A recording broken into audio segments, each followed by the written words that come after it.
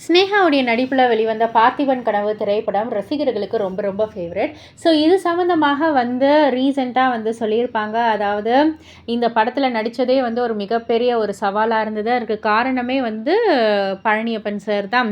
நான் வேணால் அப்போ ஆக்சிடெண்ட் ஆச்சு, அவர் தான் நீங்கள் வாங்க 1.5 மாதத்துலேயே நடந்துருவீங்க, நீங்கள் வாங்கன்னு சொல்லி அதுக்கப்புறம் நானுமே ஃபுல்லாக அதுக்காகவே ரெடியாகி வந்த மாதிரி நல்லா பக்காவாக ரெடியானேன்னாங்க. இதெல்லாம் ஒரு சைடு இருக்கா. நம்ம ஜோதிகா மேம் பற்றியும் பழனியப்பன் அவர்கள் பகிர்ந்துக்கிட்டாங்க. அதாவது இந்த படத்தில் முதல்ல நடிக்க இருந்தது ஜோதிகாவை தான் நான் நினச்சிருந்தேன். பட் ஆனால் ஜோதிகாவால் இந்த படத்தில் நடிக்க முடியல. ஆனால் இதில் தான் அவங்களுடைய மேன்மையை நீங்கள் தெரிஞ்சுக்கணும்.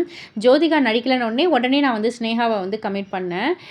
பட் ஸ்னேகாவுக்கு இந்த படப்பிடிப்பு நம்ம இந்த பார்த்திபன் கனவு படப்பிடிப்பு அந்த பூஜை ஆரம்பிக்கக்குள்ள ஜோதிகா வேறு ஒரு படப்பிடிப்பில் இருந்தாங்க. பட் இருந்தாலும் அங்கே விட்டுட்டு இங்கே இந்த பூஜைக்காக ஸ்னேகா கூட இருந்து அவங்களுக்கு வாழ்த்துக்கள் சொல்லி இந்த படம் ரொம்பவே அருமையான ஒரு கதை, நீங்கள் பண்ணுங்கள் சூப்பராக வரும்னு சொல்லி அவங்களுக்கு வாழ்த்துக்களை சொல்லி அந்த பூஜை முடிகிற வரைக்குமே கடைசி ஆள் வரைக்குமே அங்கே நின்று அதுக்கப்புறம் ஸ்னேகா புறப்பட்டதுக்கப்புறம் தான் ஜோதிகாவே புறப்பட்டாங்க. இதில் தான் ஜோதிகாவுடைய மேன்மையை நீங்கள் எல்லோரும் தெரிஞ்சுக்கணும் அப்படின்னு சொல்லி இந்த ஒரு விஷயத்தை ஷேர் பண்ணாங்க.